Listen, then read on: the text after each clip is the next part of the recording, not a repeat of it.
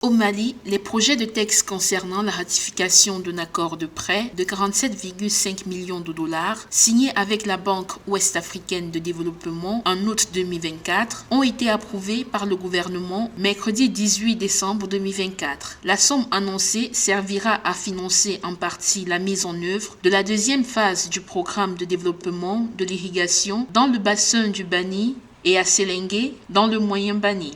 On est aujourd'hui avec un pays, le Mali, qui quand même voit 68% de sa population active qui travaille dans l'agriculture. Et l'agriculture représente quand même 35% du PIB, ce n'est pas rien. Et on est encore en train de parler d'un pays qui a un très fort potentiel de terres qui soient irrigables et qu'il n'y a que 25% de ces terres-là qui le sont.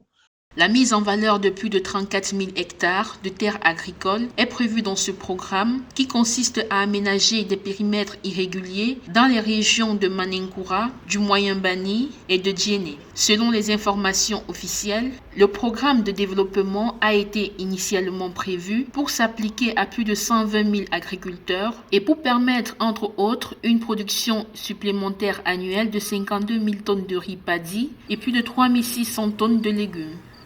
On espère que, une bonne fois pour toutes, le Mali sera sur de bons rails pour régler définitivement ses problèmes agricoles. Ce prêt de la BOAD va permettre d'augmenter la production de légumes, d'augmenter la production de riz, mais surtout de pouvoir donner plus de travail à des jeunes.